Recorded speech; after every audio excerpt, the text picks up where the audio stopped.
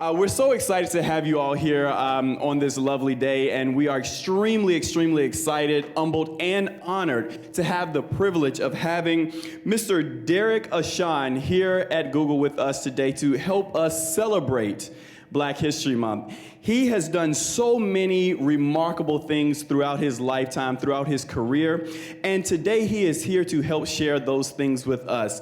So on behalf of the Black Googlers Network and the entire Google, won't you put your hands together to help welcome Mr. Ashong here today? Thank you, thank you. Mr. Ashong's, well, I'll call him Derrick. We've had a couple conversations, so I'll call him Derrick. We've had a couple conversations today, and his resume and his curriculum vitae and his bio is quite lengthy. Nonetheless, there are some quite noteworthy things that we are going to share with you before opening up. Derrick claimed his fame during his interview with a supporter and with the video of Obama versus Clinton, the Hollywood Democratic debate. Derrick was educated at Harvard University, where he studied African American studies. He then decided to continue on and to get a doctoral degree where he would study for a PhD in African American studies also, but he decided to postpone those studies and to truly go out and do something that he was passionate about. He decided to leave the Ivy League Harvard University to pursue his music career. Derrick also has appeared on the Oprah Winfrey Show as well as the Monique Show. He has appeared in the movies Amistad and The Shift. He is also the founder of Take Back the Mic, LLC, a youth-centered cultural movement company, and he is the founder of his very own musical group called Solfege. Ladies and gentlemen, without further delay, won't you help me welcome to the stage Mr. Derrick Ashong as we start the fireside chat.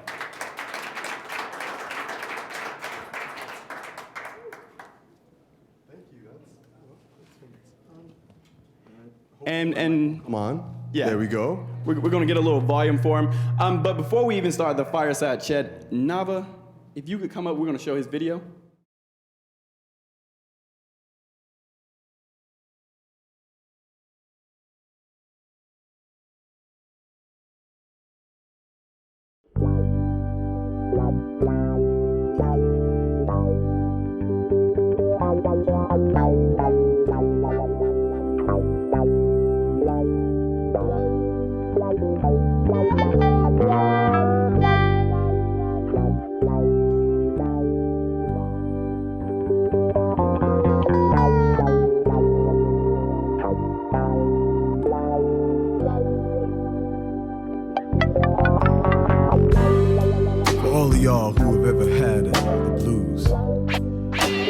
Come sit down for a minute, let me tell you a story. Story about a place called the Crossroads. Now the Crossroads is a place where people go when they want something real bad. Well, this is a story about a little boy who went to that place. And this little boy was named Johnny.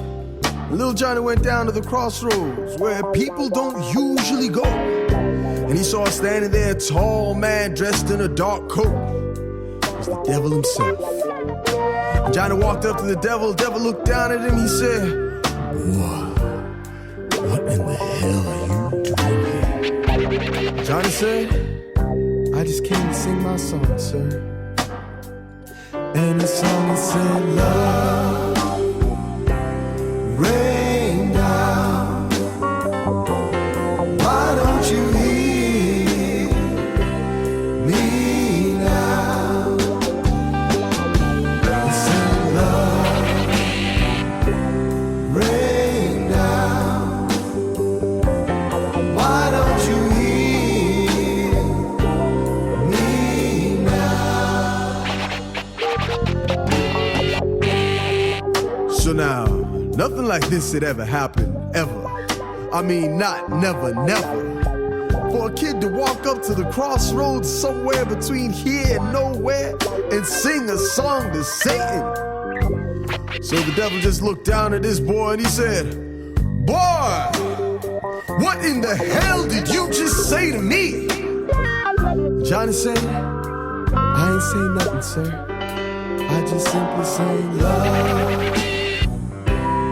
Rain down. Why don't you hear me now? I said love. Rain down. Why don't you hear me now? So now the strangest thing happened. I mean, in that dark place with all those clouds, all of a sudden they're parted a tiny space. And from that space in the twilight sky, there came a single ray of light. And that ray of light struck Satan dead in his heart. And for the first time in about an eon, a sound welled up. And it sounded like love. Rain down. Why don't you hear me now? I said love. Rain down. Why don't you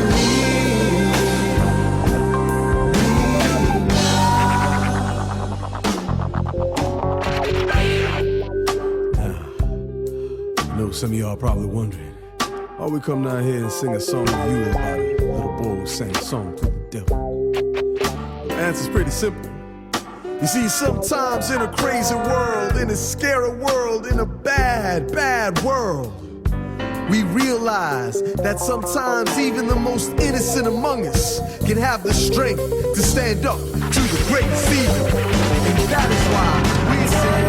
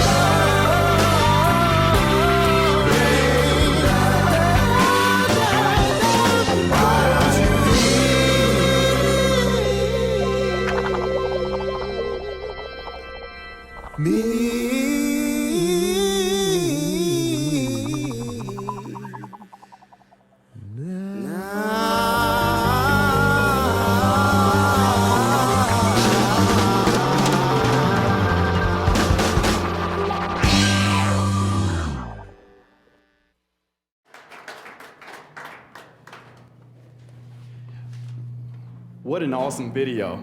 thanks. I would have to start by saying that the video really spoke to me because I saw that on the little boy's necklace that it was the African symbol Genomi, meaning accept God. And that's one of my favorite African symbols. If you would, tell us a little bit about what inspired you to use that symbol and what exactly does that symbol mean to you? Okay, sure. I'm gonna try to speak in a way that my mic won't feedback too tough.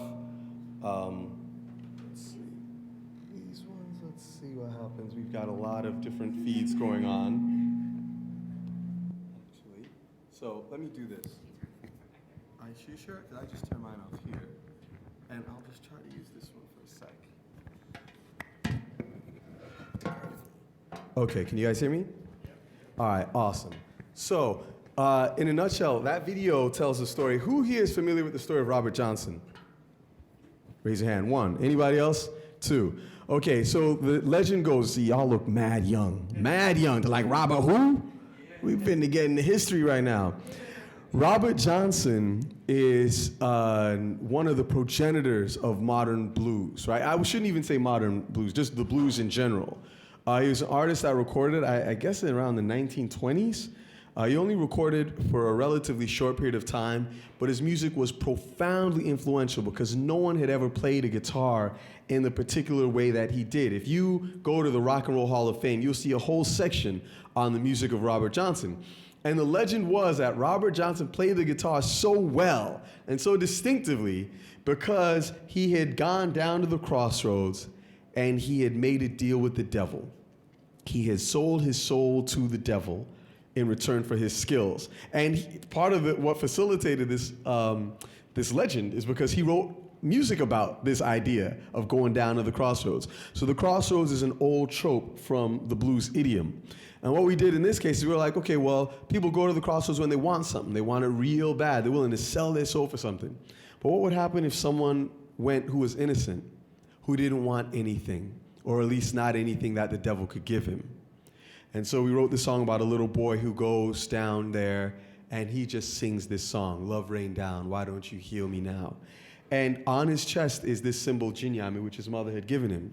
And Jinyami means accept God, right? And it doesn't mean, the way it translates is not accept God. It means accept God. And it translates to a few different things. All things change except God. I fear no one except God. No one is greater than I except God. And so on the one hand, you have this little kid who goes to this place to do this crazy thing, and you figure he's just going to be lit up as soon as he shows up, but he goes without fear. And what is the source of his strength and his courage is this symbology that comes from his mother and really from his roots. And that is what that video exemplifies, and that's why we use that symbol, is that if you have a knowledge of where you come from, then you have the courage to go wherever you're going. That is very much a trope that comes from my own home culture in Ghana. Very nice. Now, speaking about knowing where you come from, seeing as though you were born in Accra, Ghana, and you spent some of your childhood in New York and Saudi Arabia and New Jersey, tell us a little bit about those experiences and how that culturally diverse mindset and that exposure truly helped you get to where you are today through Harvard and, through the many other life events that you've been through. Sure. So I think part of what's happened is, like, you can see from the screen that this album is called Afropolitan, right? And the idea of the Afropolitan is that, okay, we're citizens of the world. I am a citizen of the world. I have been so many places. Every 4 years till I was 20, I would move to a new country. At the same time, I come from an African root. That's where I was born. That's where my mother tongue comes from. That's where my homeland is from. It's where my culture is. If you ask me when I was growing up where I was from, I would say I'm from Brooklyn, right? Because that's what I knew. I knew Flatbush. But then as I got older, I started to realize, like, wait, there are things that make my culture unique or different or distinctive. The food that I eat, the way that I speak. There's certain things in my heart and in my upbringing that are distinctive.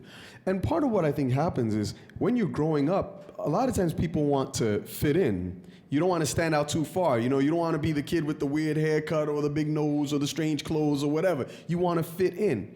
But when you really think about people who've done amazing things in their lives, they're all people who stood out, right? I mean, nobody aspires to be just like average Joe. Everybody wants to be like, Michael Jordan or Bill Clinton or Larry Page. Right? Everybody wants to be somebody special. And yet we are trained to diminish our specialness in order to not stand out too far from the crowd. And I think that what happened for me, that was a real blessing in the end, is that I grew up in so many different places. I mean, the difference between Ghana and Brooklyn is profound. Ghana and the Bronx, not so big, because all the Ghanaians, literally the city with the highest population of Ghanaians outside of Ghana is the Bronx. So Ghana and the Bronx is close, but Brooklyn is a little different. There's a lot of Jamaicans, you know what I'm saying? It's not quite the same. So, the difference between Ghana and Brooklyn is one thing. The difference between Brooklyn and Riyadh, Saudi Arabia, you might as well put me on the moon. It's a whole different planet. And I learned early on that there was no way I was ever going to fit in. It was just not possible. So I stopped trying when I was in my early teen years. And I was like, I'm going to be me, you can do you. And that wound up being such a wonderful thing because when I came back to the United States, I went to public school. I went to public school in Brooklyn, went to public school in Jersey. You know, I didn't know little things like black kids are not supposed to be smart. So I would be like, oh, let me do this. Oh, what's the best grade I can get on this? A+? Let me get an A+. You know, I came to go to college. What's the best school I could go to? Somebody said, oh, you could go to Harvard. I was like, I'll go to Harvard. You know, I completely missed this memo, achievement gap, all of that. I didn't know. And so I wasn't afraid to be the best that I could be because I wasn't constrained by the expectations, high or low, that others might have of me. Okay. And I know that you speak about the achievement gap. I know that education and poverty is one of the things that is currently ailing the environment in Ghana, West Africa, and I've done some mission work there. So I knew all of what you were talking about when you were talking about riding in the pack tra-tras. But going to the conversation that you had in the interview with Oprah, where you were talking about the old adage of how it truly takes a village to raise a child. And, you know, riding in the pack tra-tras and, you know, the children getting in and out as you went through the different communities and villages. Tell us a little bit about some of the things that you're doing right now to help give back to those children in those villages. Okay, so this is a very interesting question because, so what he's talking about is this idea. We were at this institute called Kokrobite, and basically we came down from this, it's like a hill, and you come down from the village all the way to the main road, which takes a while. It's like half hour or so just to get down the hill. And then you go into the main city. And what would happen is you ride in what's called a chotra. Anybody from West Africa here? Okay, so I'll explain. A chotra is like a van, basically. It's a van that maybe sits like 12 people, right? But there's like 25 people in there. Developing world style. And so we all cramped up to get nice and snug. And what happened is the little kids from the villages on the hill, the school is at the bottom near the main road. So all the little villages, the kids come to get on the cha-cha in order to get to school. And what happened is you'll be sitting there and they'll stop and someone will open the door and they'll hand you a kid. And you hold the kid on your lap.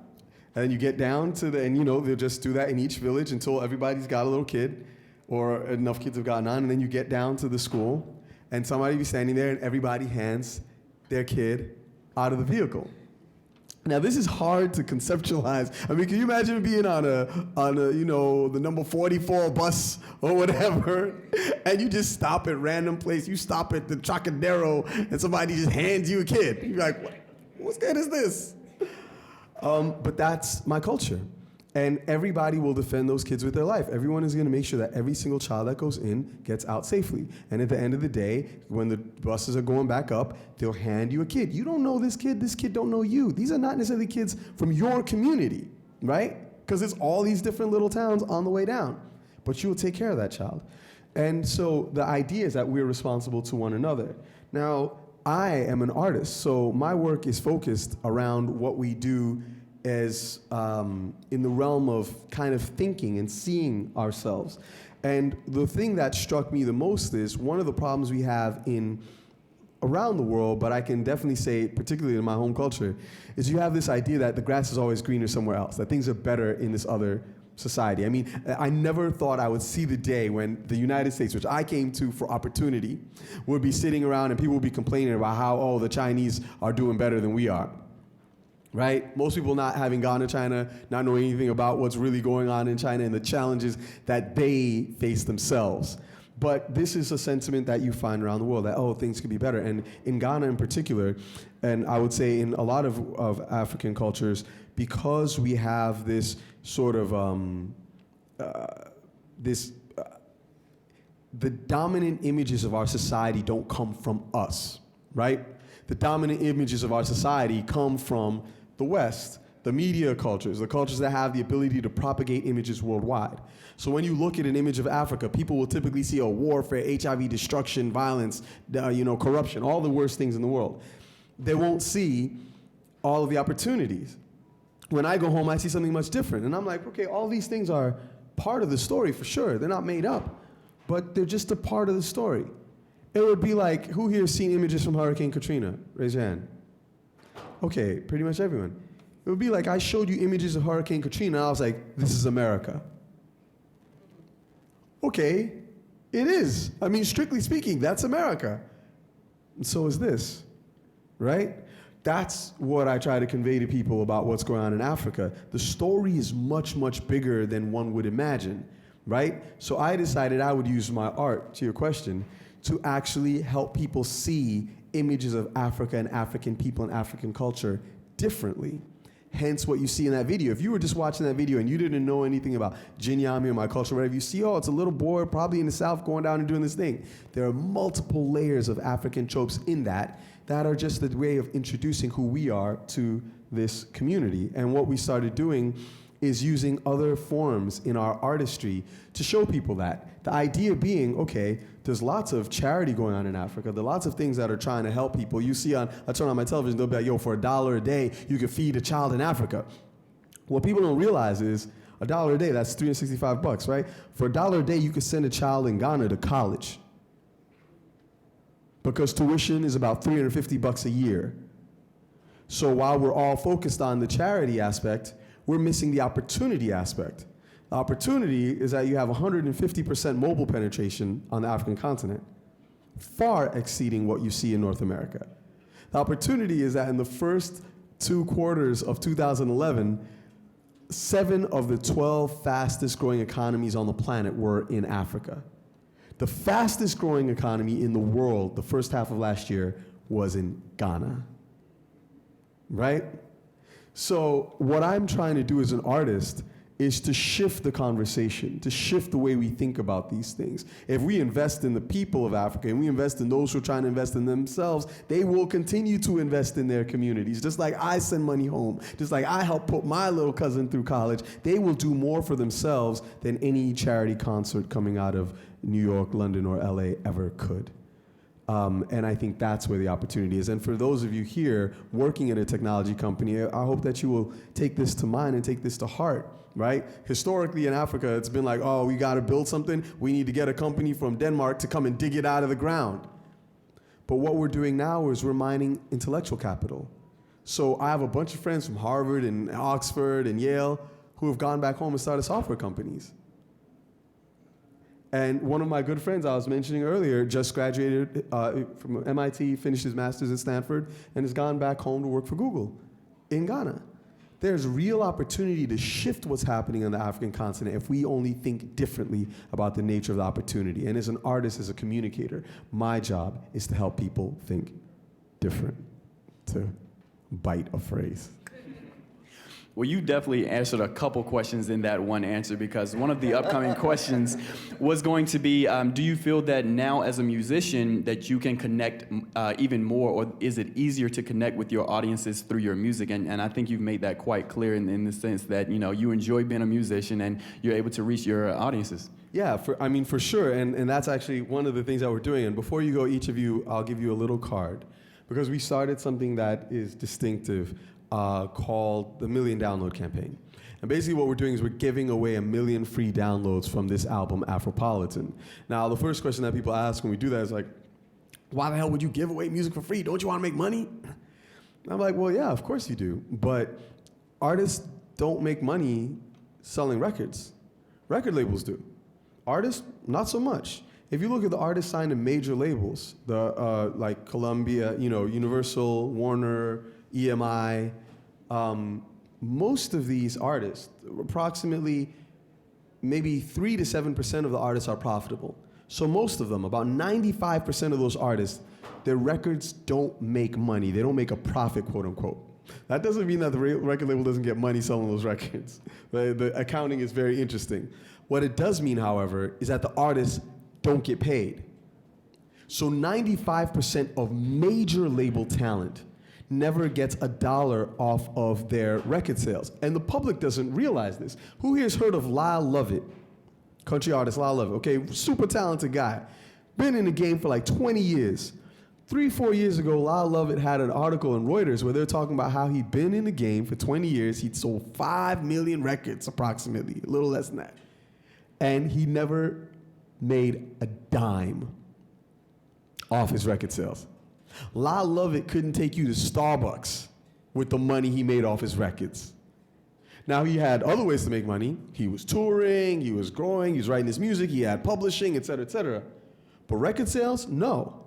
So when I say, yeah, I'm gonna give away these downloads for free, it is all about connecting to my community, because unless I have $1 million to invest in going to promote an album, you're never gonna hear about what I'm doing. It's just the way that our system is structured. But what more valuable tool for promotion is there than peer review, right? Such that if I say to you, yo, my man Aaron's music is dope, you've got to check this out. You might be like, oh, well, you know, you've heard about Aaron around, but you don't really know him, you're not gonna check it out. But you're like, yo, well, D likes good music, D knows what's hot. D says Aaron is dope, I'm gonna check it out. I'm like, yo, if you like it, just pass it to 10 friends. And you start doing that. So we started this campaign to prove the theory I was working on, because you mentioned I was doing Afro-American studies as a PhD program, and I was looking at how music influences youth identity.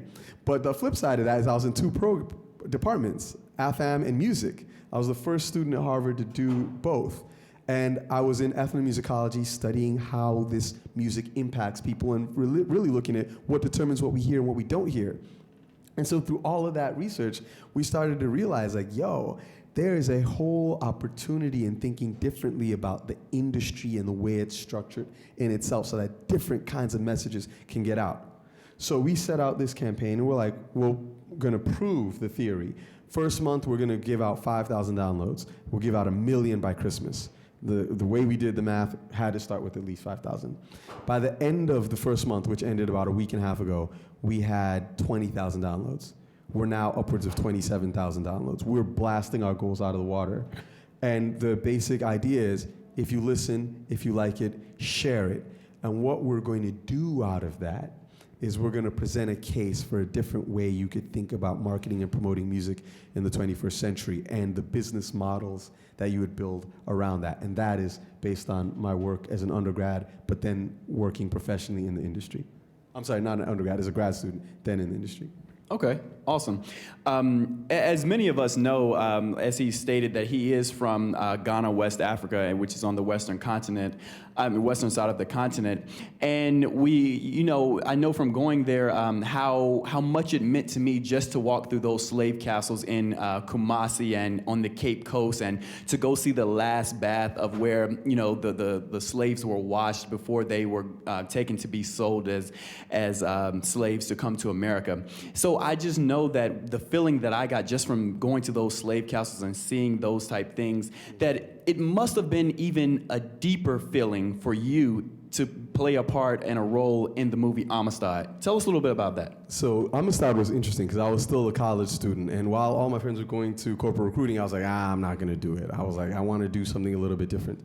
And so I actually declined to go through recruiting, and instead I had a professor who was like, yo, I really want you to seriously consider your career as an artist. And I was like, oh, I'm sending out a demo to this and this label. They're like, no, I mean as an actor, because she was directing me in plays. And I was like, okay, well, what do you want me to do? She's like, yo, just the next time you hear about a professional audition, go. So I'd done lots of theater, I'd done lots of student film. My first ever professional audition, I did it at an open call in New York City. I told my parents I was gonna stay late in campus and work on a paper. Of course, I did not do that. I hung out with my friends and kicked it. Then I went to New York.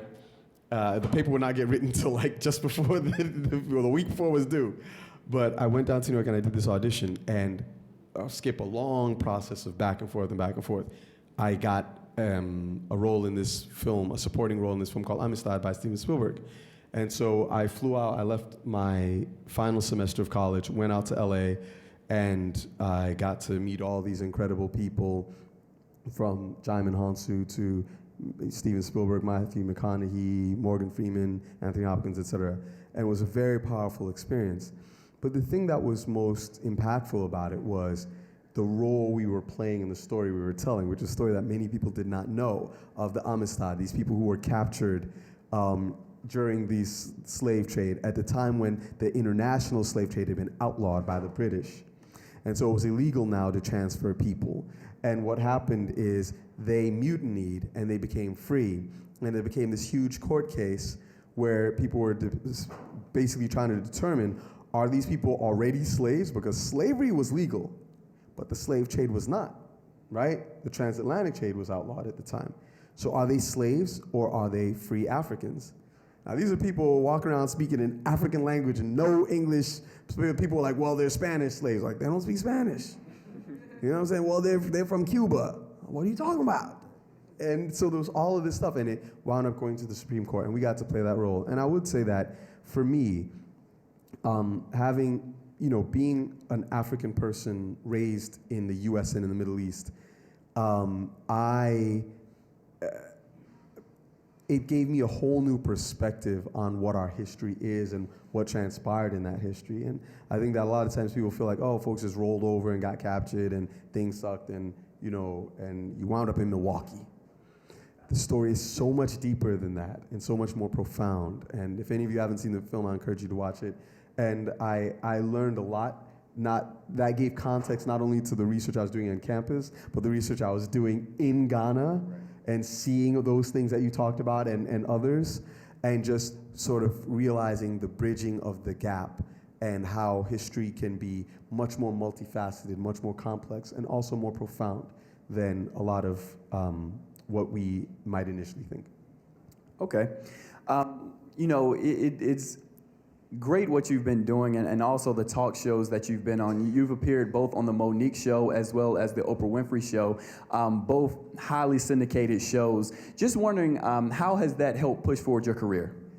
Well, it's been interesting because, they have this, I was giving a talk at a college recently, and I was sitting down with a couple of students and talking to them about what is going on, and they were thinking about how they can aspire to do certain kinds of things. And I was saying that, one of the biggest fallacies in our culture is this idea of like the overnight success, right? Every overnight success is at least 10 years in the making. And one of the things that I found, like I remember when I was back in the day telling people what I would do or I might do, Aaron has known me, we met like over a decade ago. And there's no way he could have predicted or I could have predicted what I would do back then. But I had an idea of certain kinds of things. The big fallacy is that people make it overnight because they're so talented, so brilliant, someone discovered them and made X possible. But the real story is that everyone is a product of the sum contribution of many, many, many, many, many, many other people. So when you see somebody standing up high, it's sometimes difficult to realize that they're sitting on the shoulders of those who came before them. So for me, I would say a lot of people have invested in my success, invested in me being able to be independent and do cool things that I believe in and have an impact in different communities. And the working with Oprah, being on the Oprah show, yeah, that was cool. But the more profound thing was sitting down with Oprah and having her interview me for an hour, and after that being like, I want you to work with us, and how can I help you fulfill your dreams? And spending the next 2 years as part of the Harpo family. And that meant not only hosting my own show on Oprah Radio, which was a trip, because Oprah Radio is like, Gayle King, Dr. Oz, Dr. Berman, Oprah, and then it was me. One of these things is not like the other. And they're all talking these wonderful positive things about healing and upliftment and this, and I would talk politics. I'll bet, let me tell you what's going on inside. Let's talk about campaign finance. and I would break down a lot of economic issues that in a way that lay people could relate to and we could try to understand what was happening. And I'm like, yeah, I've got this great education. Let me take that and make it of use to my community. And so that was the most powerful thing, was the opportunity to not just have somebody like pluck you up and be like, okay, I'm gonna put you in front of millions of people. Yeah, that's nice, thank you. But more the opportunity of like, hey, I'm gonna help you to amplify your own voice and learn how to talk to other people and to share what matters to you and to hear and listen to what matters to them. And that process, completely launched me and accelerated everything else that I was doing. Not because Oprah said this guy's cool, but because Oprah gave me the opportunity to show if I was cool and to learn what was cool in those who were around me. And I think it was invaluable. Awesome. Well, we thank you so much for joining us here today. Before we wrap up, we saw that you brought your guitar and that you are going to give us a live performance. And before you come up and give us this live performance, if you would just give us a very quick 30-second snippet about how you came up with the name of your music group and why we should get your album. No doubt. So solfege, S-O-U-L-F-E-G-E. It comes from the Italian word solfeggio, French word solfège. It's a way of teaching vocal music. So singers know it. Do, re, mi, fa, sol, la, ti, do. Do, a deer, a female deer. Re, a drop of golden sun, right? That is called solfège. And we put a U in it because we got soul.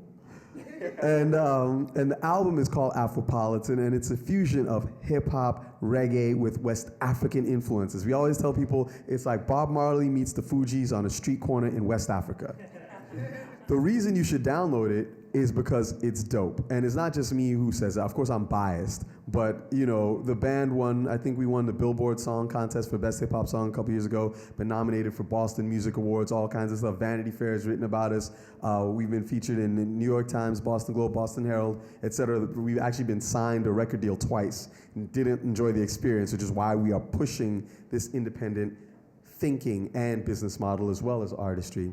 So for one, the music is good, as third parties would say. But the reason you should download it is because if you do two things. One, download it, and two, if you like it, share it. You'll be a part of something very special, which is how we reframe the relationship between artists, labels, and fans. And what we're basically talking about is the concept of open source music. How do you take those principles from the software industry and apply them to the content industries and make it easy for people to contribute to that last barrier in music? And I'll say this quickly. There are three traditional barriers to entry in the music industry: high cost of production, high cost of distribution, high cost of promotion. Technology has reduced the cost of production and distribution significantly. I've worked on tracks on my laptop in an airplane, and I'm not talking about making beats on Fruity Loops. I'm talking about I already went in the studio and recorded guitars and drums and horns and singers and a choir and put it all on my laptop and edited it on my flight from LA to New York, right? Couldn't do that 10 years ago. Definitely couldn't do it 15 or 20 years ago. That is much easier. Distribution, put it online, simple. So now, arguably, the third barrier, the cost of promotion, has gotten higher because everyone can make music now. Everyone can get it out there. So how do you sift through all the noise? And what we're saying is there's a new model that we can use this idea of peer review and recommendation to share content worldwide.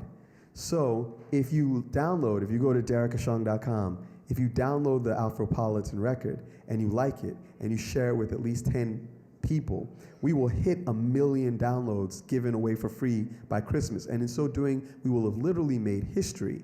And we have a number of ideas about how you can help and facilitate other artists doing the same in order that new voices can be heard. Well, thank you so much again for being here with us today. And at this time, I'll give you the stage. All right, thank you. So I'm only going to give you guys a few songs, but just to give you some perspective on what I like to do as a musician. And I'll start with one, because we always talk about like, okay, the album is Afropolitan, but so is the music.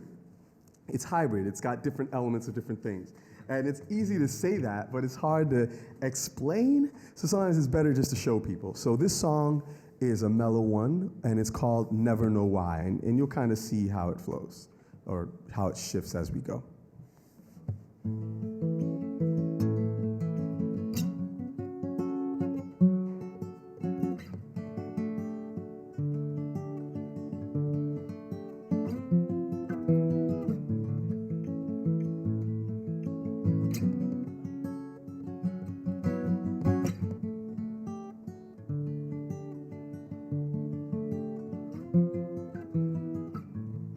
This is a song for all the days, a little note to calm the waves, a word from the wise to ease your every night.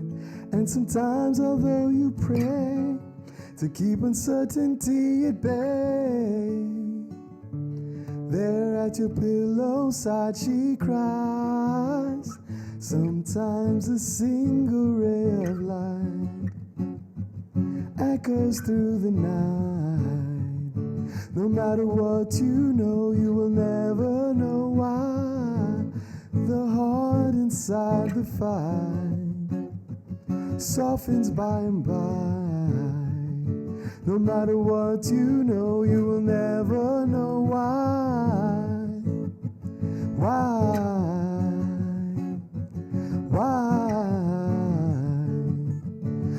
matter what you know, you will never know why.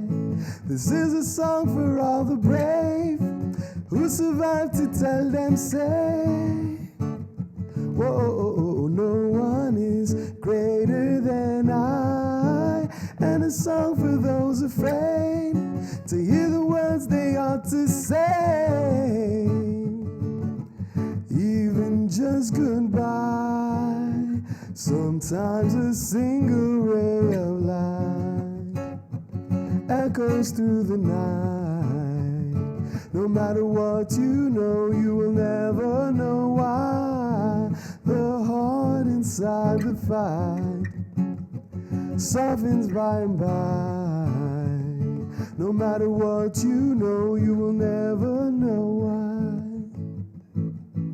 Why?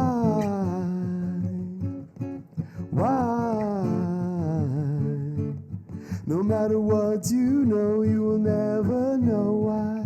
Hear me cry, kick it one time. Open your eyes to see the city of mine. Come check we dance, yo. Just look at how we stand, so unshaken by the wailing of a world that simply doesn't understand, yo. We cannot lie, love or we die.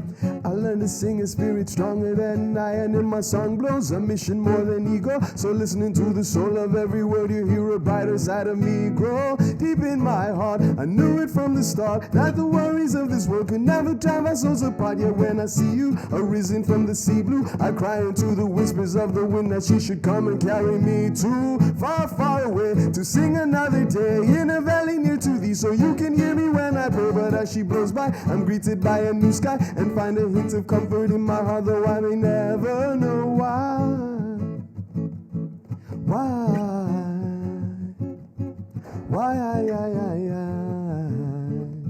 No matter what you know, you will never know why.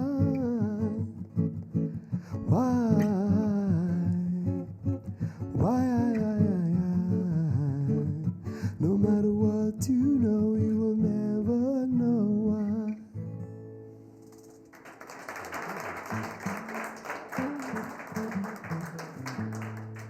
Okay, now this one is more of like a story, so hopefully the words will, it's a metaphor, let's put it like that way.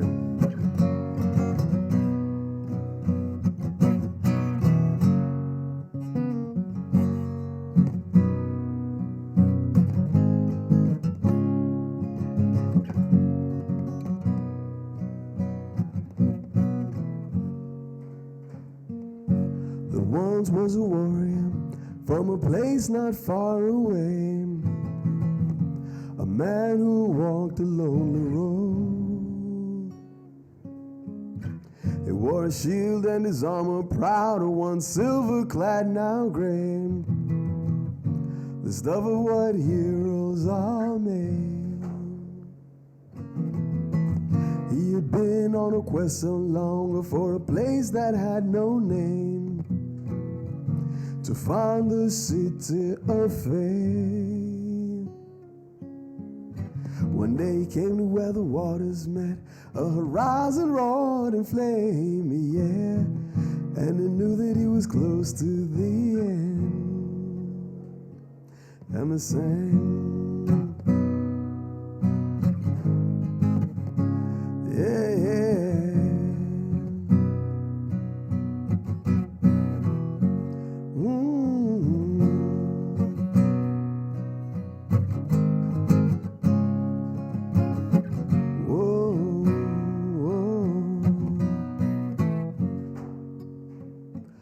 Tied a steed to a dream and stepped it through the center of the day into the city of faith. At the gate he threw his armor down, and to the tower called a name. And he said, I won't leave until you grant me one thing. He said, love is what I've lived for, lady, for only she can save my soul. You need to know that the truth is what I die for daily, and someday it will make me whole. Lady, be mine. Lady, be mine. Lady, be mine. Lady, be mine.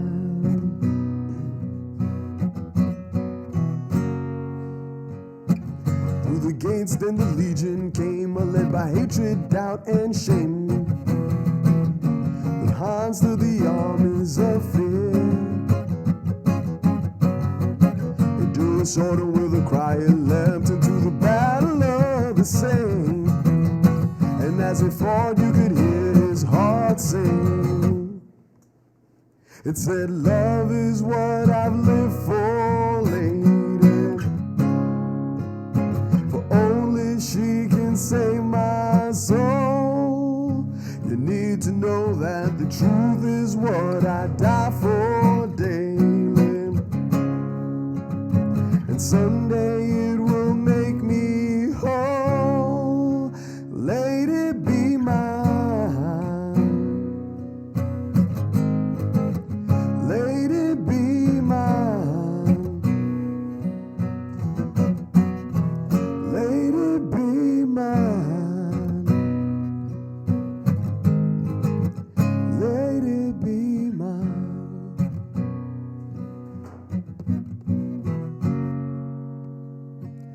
When the dust of the battle died, well, not a demon stood that day. The wounded hero stood brave. As he fell to her knees, she came and in the wisdom called his name. And he slept in the arms of sweet faith. She said, if love is what you've lived for, baby, then surely she will save your soul. I hope you know that the truth that you have died for daily, today is what has made you whole. Lady divine,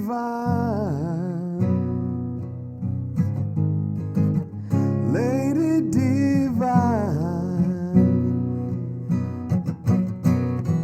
Lady divine, Lady divine.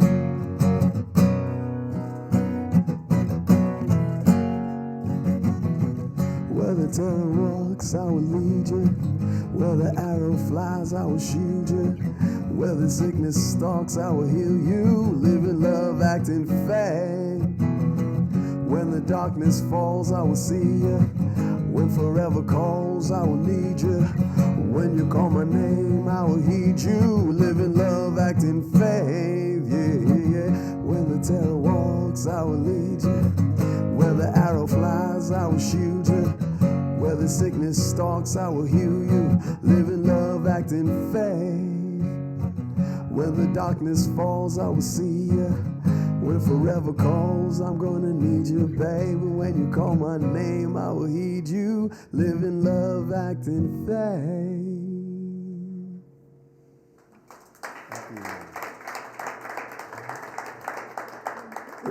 Thank you very much for coming. It's an honor to be here with you guys and a pleasure to get to talk to you. And I hope that you will go and download the music. I'm going to play you one last song. Those of you who have to go can go. Those who want to stay. This is one that hasn't really been performed. I think I performed it once, so it's brand new. It's never been recorded. But I figured it's a special day, so I'll leave you with a special song that you're not going to hear nowhere else. And a friend of mine is an amazing filmmaker, very talented person. Her name is Lisa Heslov, and she started an organization that deals with children, right? And it deals with homeless kids in particular. And what they do is they take homeless kids in the U.S. and they connect them with kids around the world. And they help them to do something for those other kids with this sense that by giving of yourself, you stop feeling bad for yourself and you're uplifted in your own way. And I thought it was so beautiful and profound. And they've done this particular project with the Congo. And I learned a lot from them about what was going on in the Congo. I knew somewhat, but I learned a lot through this process of being on the board of this organization. And so I wrote a song for kids. but it is it's a story in itself. But I'll just hear it. One last thing I'll also say about what we're doing with this million download campaign. If you go to the website, derrickashong.com, you'll see some articles about this stuff. And one of the things is, for me as a young black kid from Brooklyn, to go to a record label and be like, I want to play a song like what I just sang you, it's not going to happen, right? I got to be a rapper. Well, I'm an MC. I grew up in the hip-hop generation with hip-hop. I'll rhyme all day. But I happen to also feel differently about the things I want to talk about, right? It's like the founder of the hip-hop movement in Ghana is a guy named Reggie Rockstone. And he said this thing that was so interesting to me once. He was like, I don't know why American artists always act like they're so hardcore, right? So hardcore, so hardcore. He's like, we don't have drive-bys out here. We have coup d'etats, right? Bring your whole gang, see how they do against the Air Force, right? So from where I come from, when you get a chance to live, when you've seen some real difficult things, when you get a chance to sing your song, you want to sing about life, not about death. And because I don't fit within the paradigm of what the industry thinks I should be, I realize that there's another value in doing things independently, which means I don't have to have people keep calling me to act or be a certain way, but I can reflect on myself and my artistry. And this is a song I wrote for kids that don't have enough songs written for them.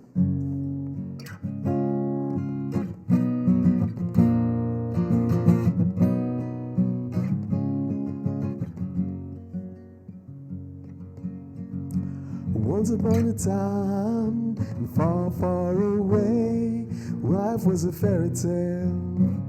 We dreamed while awake. And then they came and took you away. It was the dusk of the brightest of days. But in the morning, I'm headed your way. There's nothing more that they can do to me now. And every moment I'm singing your name. There's nothing more that they can do to me now. Long, long ago, and far, far from now, we used to dance in a forest of clouds. I know you know, wherever you are, that I still remember the way we sang to the stars. So in the morning, I'm headed your way. There's nothing more that they can do to me now. And every moment I'm singing your name. There's nothing more that they can do to me now. And when I find your place high among the stars, in that distant space, I know who you are. And if the hands of fate should leave 1,000 scars, though they may hide your face, I'll know who you are. I heard them say that life is like war, and in the end, all must fall. I know better. Your life is like love that flows from a waterfall, from a stream up above. So in the morning, I'm headed your way. There's nothing more that they can do to me now. And every moment, I'm singing your name. There's nothing more that they can do to me now. And when I find your place high among the stars, in that distant space, I know who you are. And if the hands of fate should leave 1,000 scars to hide your lovely face, I know who you are. For in the morning, I'm filled with your power. There's not a sword could keep you from me now. And every moment of this final hour, there's not a soul can find your place high among the stars in that distant space. I'll know who you are, and if the hands of fate have left 1,000 scars, though they may hide your face, I'll know who you are.